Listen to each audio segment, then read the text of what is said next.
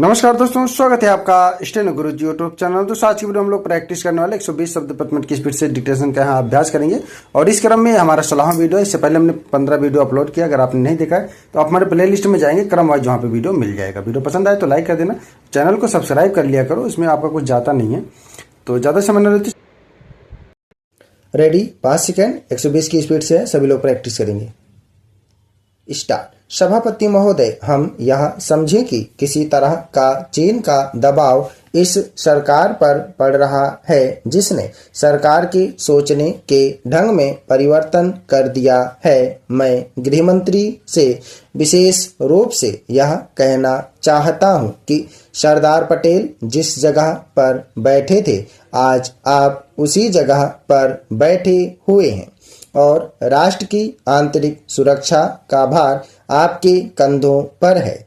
इस प्रकार के प्रकाशन सरकार की दुर्बलता के सूचक हैं। दूसरी बात मैं सांप्रदायिक दंगों के संबंध में कहना चाहता हूं।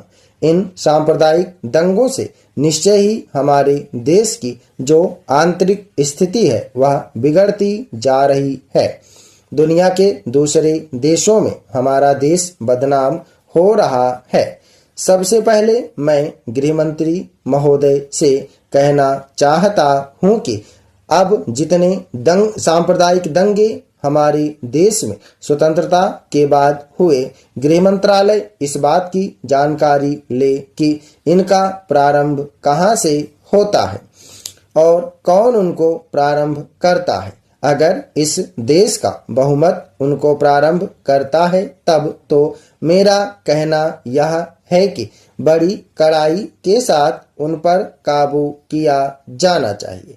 लेकिन अगर दूसरे लोगों की तरफ से प्रारंभ होता है तो मैं समझता हूं कि उनके अंदर इतनी हिम्मत नहीं है, जब वे जानते हैं कि इसका परिणाम यह होगा कि हमको और हमारे दूसरे सहयोगियों को चोट लग सकती है, फिर भी वे इसका प्रारंभ करें तो मुझे ऐसा लगता है कि कोई तीसरी शक्ति अवश्य है जो आज भी 5 दशकों के पश्चात हमारे सामाजिक जीवन को दुखी बनाना चाहती है।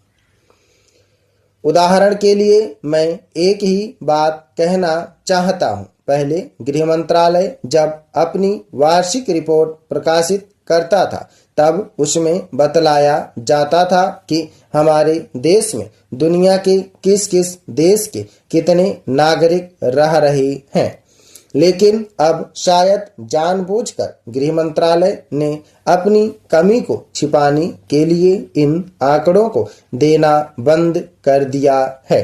लेकिन फिर भी प्रश्नों के उत्तर में कभी-कभी कुछ इस प्रकार के आंकड़े सामने आ जाते हैं।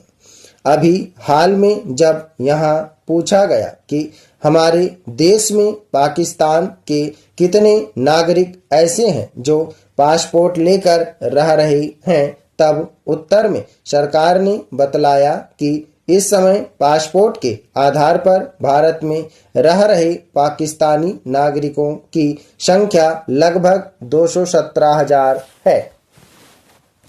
अध्यक्ष महोदय, मैं आपकी आज्ञा से अपना बिल सदन के सामने विचार के लिए रखना चाहता हूं।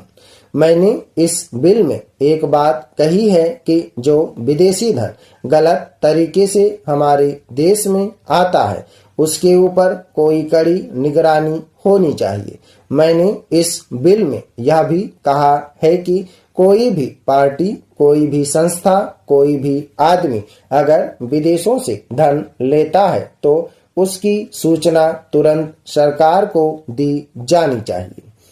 उस आदमी या उस संस्था के लिए यह भी अनिवार्य हो कि उस राशि का पूरी तरह से लेखा जोखा रखे और 1 वर्ष के बाद उस राशि के खर्च का पूरा लेखा जोखा सरकार के पास भेजे ताकि सरकार को मालूम हो सके कि कितना धन विदेशों से आया तथा वह किस प्रकार खर्च हुआ।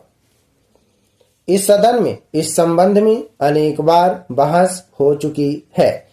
स्वयं गृह मंत्री जी ने यहाँ कहा था कि वह इसके संबंध में एक बिल सदन में लाएंगे, लेकिन मुझे बड़े दुख के साथ कहना पड़ता है कि 2.5 वर्ष बीत जाने के बाद भी आज तक वह बिल सदन में नहीं आया। आज अगर कोई यह कहे कि मैंने यह पैसा अमेरिका से लिया है या चीन से लिया है या अन्य देश से लिया है, तो उसके ऊपर आज कोई भी मुकदमा नहीं चल सकता।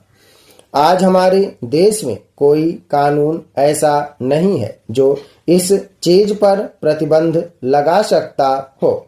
आज 3 बड़े बड़े देश हैं जहां से हमारे देश में पैसा आता है। कुछ पैसा अमेरिका से आता है, कुछ चीन से आता है और कुछ पाकिस्तान से आता है और छुटपुट अन्य देशों से।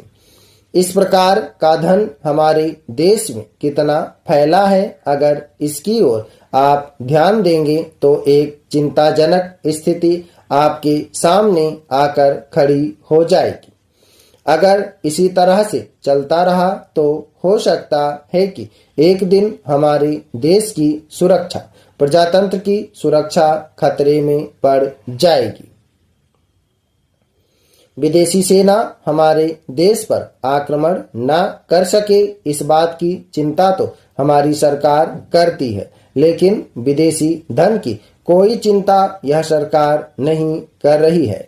आज चाहे राजनीतिक क्षेत्र हो, सामाजिक क्षेत्र हो, शिक्षा का क्षेत्र हो, चारों तरफ विदेशी धन के जरिए बाहर के लोग हमारा गला घोटने के लिए तैयार बैठे हैं।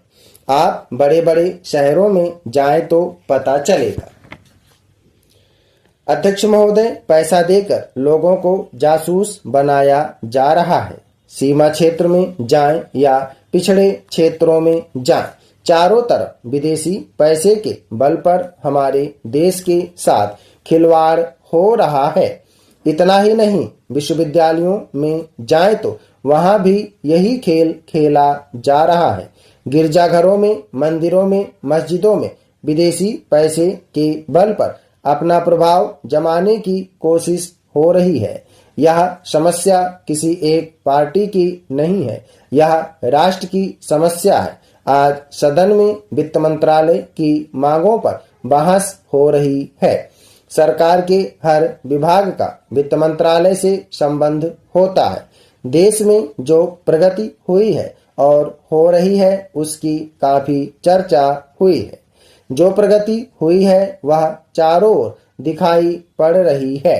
कम से कम रेल विभाग में तो काफी प्रगति दिखाई पड़ रही है।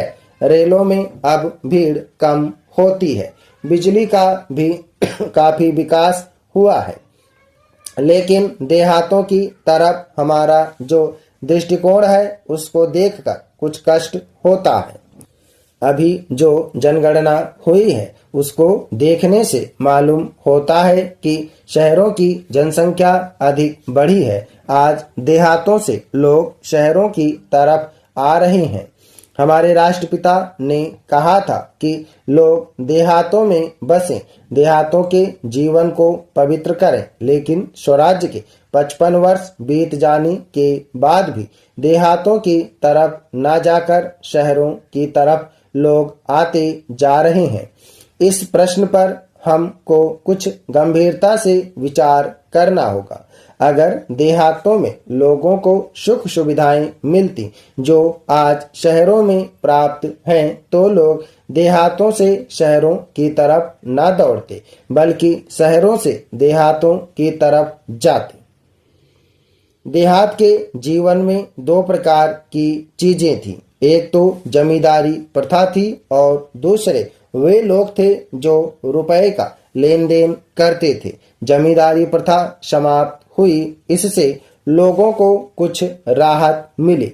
जहां तक रुपए के लेन देन का प्रश्न है, पहले 25% तक का ब्याज लिया जाता था, उसमें अब कुछ कमी अवश्य है, लेकिन कहीं कहीं तो अभी भी उतना ही ब्याज लिया जाता है, जिससे कर्जा लेने वाला उनके चंगुल से नहीं निकल पाता। सरकार भी अब उचित दर पर कर्जा देने लगी है। इस वजह से कहीं कहीं पर साहूकारों के ब्याज की दर में कमी आई है। स्टॉप। धन्यवाद। ओके दोस्तों, आपने शो प्रैक्टिस है, सभी लोग मैटर को प्रैक्टिस और ट्रांसक्राइब करेंगे। खंड एक का डिक्टेशन है, प्रतिलेखन संख्या 46 है। 120 शब्द प्रति मिनट की स्पीड से। एक बार छूटेगा तो 2 बार 3 बार लिखेंगे। लिखने के बाद उसको रीडिंग जरूर करेंगे। धन्यवाद। उम्मीद है कि दोस्तों वीडियो आपको पसंद आया होगा, तो वीडियो को लाइक कर देना, और अगर अभी तक आपने हमारे चैनल को सब्सक्राइब नहीं किया तो प्लीज़ सब्सक्राइब करके नोटिफिकेशन बेल ऑन करना। और दोस्तों, अगर आप डेली डिक्टेशन चाहते हैं तो आप चाहें तो चैनल का मेंबरशिप ले सकते हैं या हमारे पेड ग्रुप को ज्वाइन कर सकते हैं। अधिक जानकारी के लिए आप हमें मेल कर सकते हैं। हमारी मेल ID है studyforstenographer@gmail.com। अपना बहुमूल्य सुझाव हमें कमेंट बॉक्स में जरूर देना। वीडियो को पूरा देखने के लिए बहुत बहुत धन्यवाद। Thanks for watching. जय हिंद, जय भारत।